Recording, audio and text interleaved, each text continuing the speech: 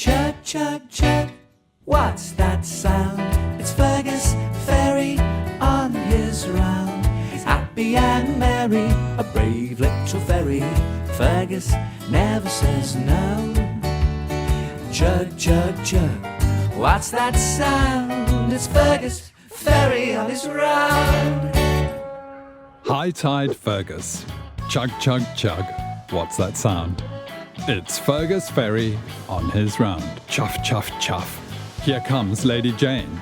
She's happy to be back on the harbour again. For years and years I worked the Manly Run. How I love to feel the wind, waves and sun. I once ran the harbour in 22 minutes flat. Wow! There's still no ferry faster than that. But then they left me on the shelf. And now I'm a shadow of my former self. Bob, Bob, Says Boris. you there. Move aside. I have a new computer and new seats inside. Lady Jane, you're a total disgrace. There are holes and rust all over your face. Just one look and you will see.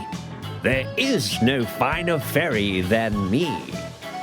Just one trip, and you will see. There is no ferry that's faster than me. Boris charges off. Take a look at my stern. It's all you'll be seeing until I turn. Faster than me? What a joke. But then, Jane's farmer starts to stoke. He stokes her furnace until it's full of coal. The air rushes in through the vent hole. Her fire burns brightly. It's starting to glow. We're all fired up, so let's go. Boris tries hard. His needle's in the red. But he's no match for Jane at full steam ahead. She catches Boris. She's travelling fast. In no time at all, she's gliding past. I'm the Manly Ferry. I'm wide and long. It seems to me, Boris, that you were wrong. I've seen your stern, now I can see your bow. And I'll be saying goodbye for now. She steams ahead, leaving Boris in her wake. That was a piece of cake. Jane arrives at Manly. Her passengers unload. Then Boris appears looking like he'll explode. I'm the Manly Ferry. I'm long and I'm wide. My computer's broken. Quick, move aside. He shoots past the wharf. There's a screeching sound. Oh no! He's run aground. Joe calls Jimmy and Jock. Boys, we need a hand. Boris is beached. He's deep in the sand. Onto it from Jimmy. Onto it from Jock.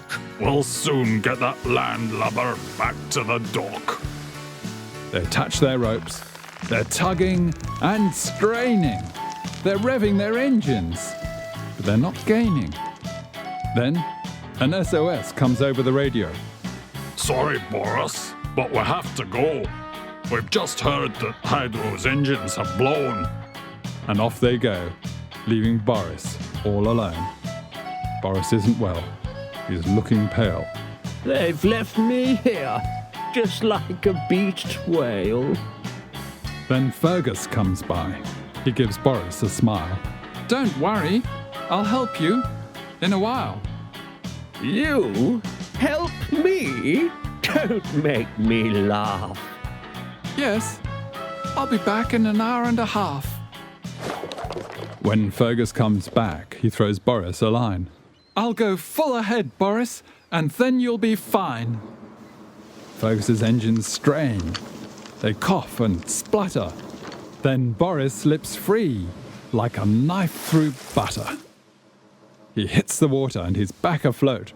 I'll be off before you start to gloat.